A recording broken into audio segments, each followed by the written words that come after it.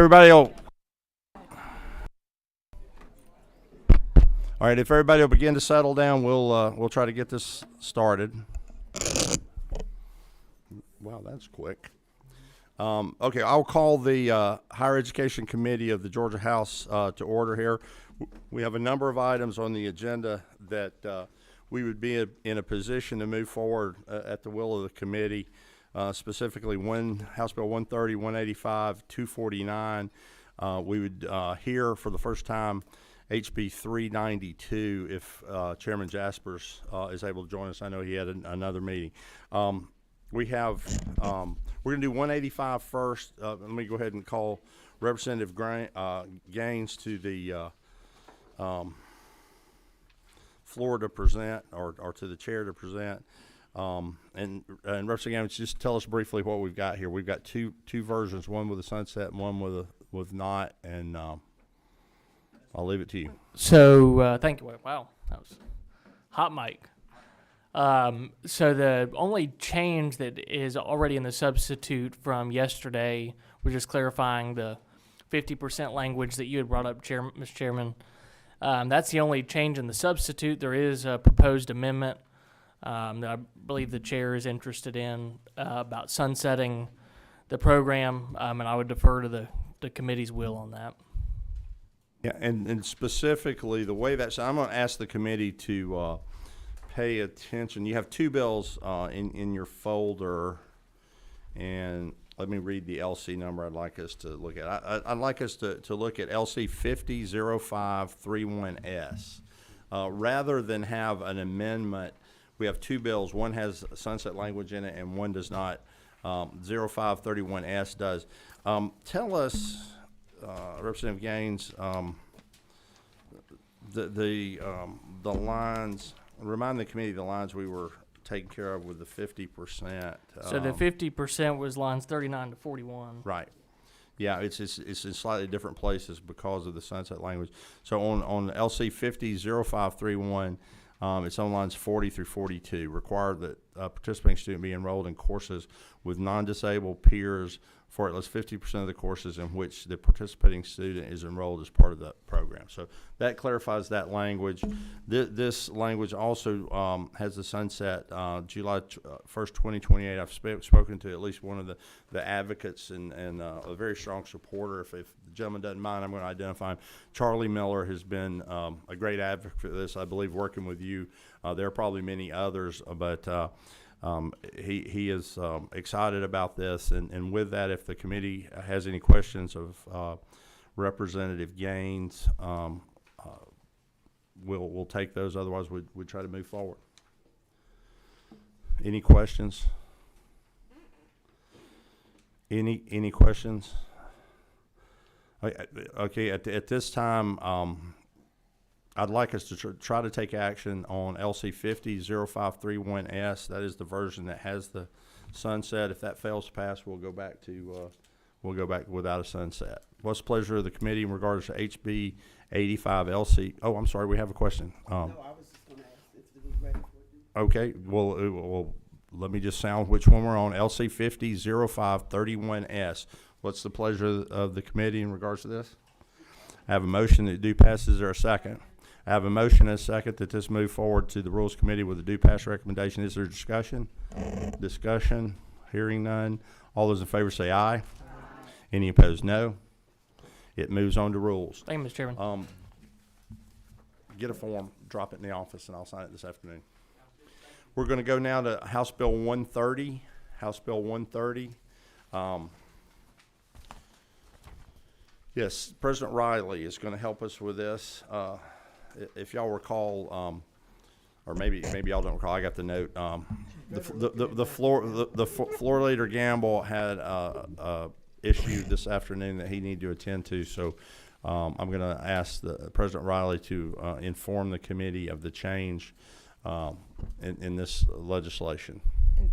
Thank you, Mr. Chairman and members of the committee. In response to the excellent conversation that we had yesterday on some lack of clarity in the bill, if you would draw attention to lines 20 to 25 of LC 500536 ECS.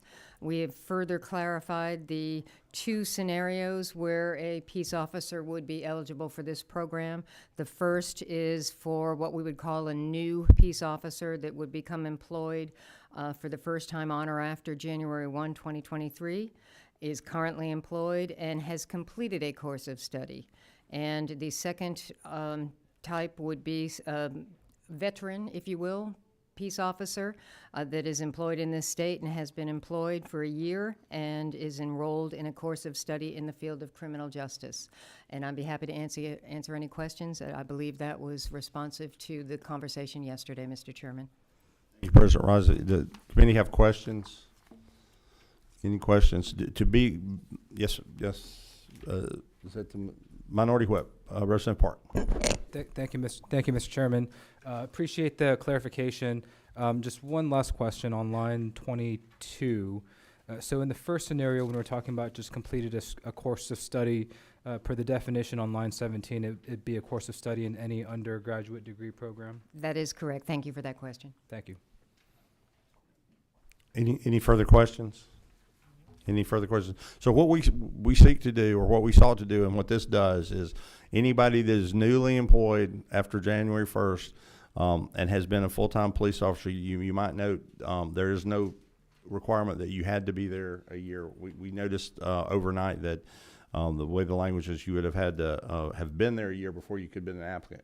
You can apply immediately. You're eligible to apply immediately. You still would not get the reimbursement for you have to put in the year to do it. But That is this correct. could mean you could be an eligible applicant as part of the onboarding process with the department. You could make this application and work all that paperwork. Number 3, is that you, Dr. Clark? Yes.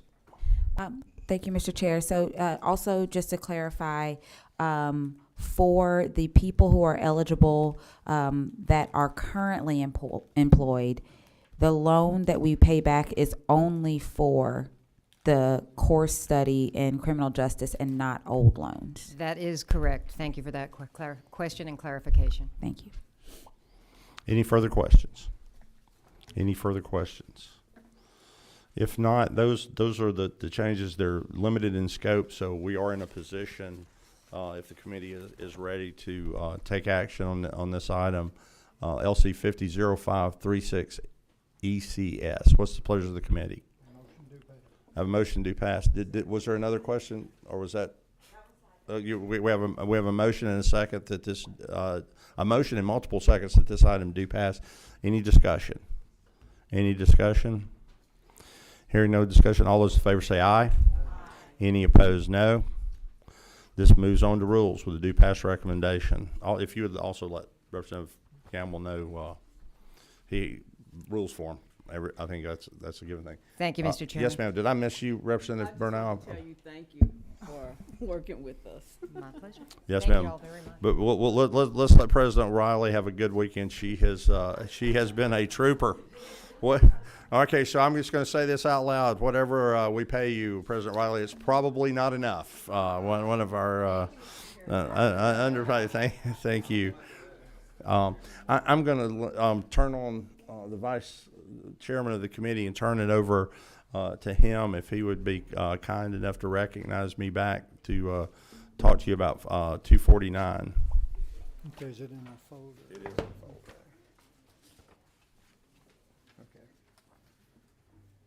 Okay, this is House Bill 249. We're operating from LC number 500537S. Is that correct, Mr. Chairman?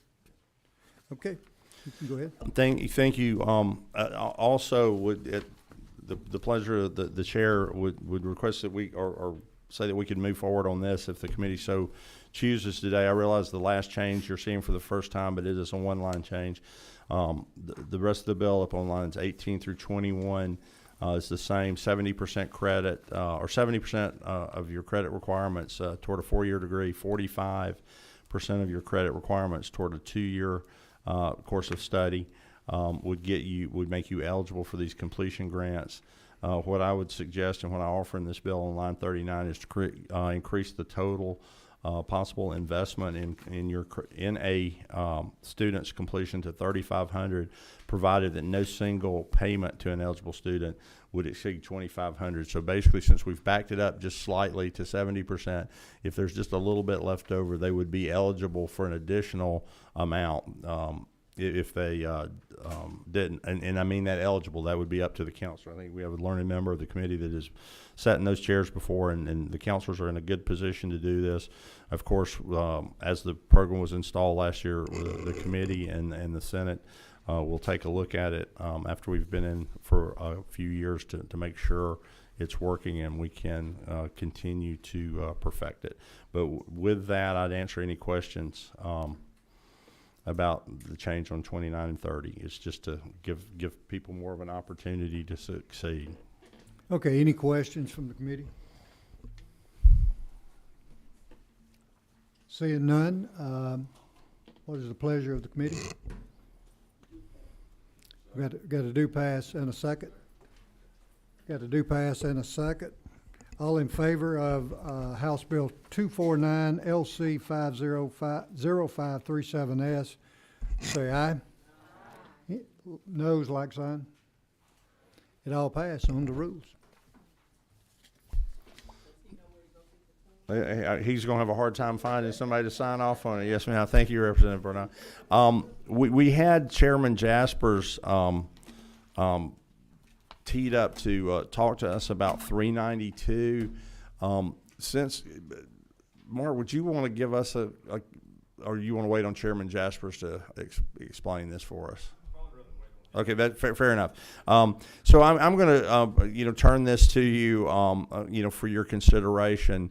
A number of members of the committee have signed the bill. This is a bill that we passed last year, and it got lost in the shuffle somewhere. I don't know exactly what happened, but it seeks to create an organization so that folks can raise money and help, I believe, pay stipends to instructors at TCSG. So I'm gonna give that to everyone for their under their care and reading over the weekend. And when we get together next week, it could be as early as Monday. Please keep an eye on your email that we would hear from Chairman Jaspers. I have a light on number 13. Who is that? Yes, sir. Chairman Perkle. Mr. Chairman, is this the same bill that we looked at last year? Chairman Jaspers indicated it was the same. I have not compared them letter for letter, so I can't represent to you that it is exactly the same. Okay. The attorney can't make that representation either, but I can get the bill number and we can do a compare or have a compare done. But it was his idea to make it the exact same bill as last year. Thank you. With that concludes the business of the committee for this afternoon. There are a few items that we've had multiple hearings on that we need to hear early next week. So again, please keep your eyes and ears open, and we will get with those notices. We will, if there's a substitute, we'll get that to make sure we have that. If there's no further business before the committee this afternoon, we'll stand adjourned without objection. Just let me say thank you for being here. I know there's a long drive home for people to be here this afternoon. Thank you.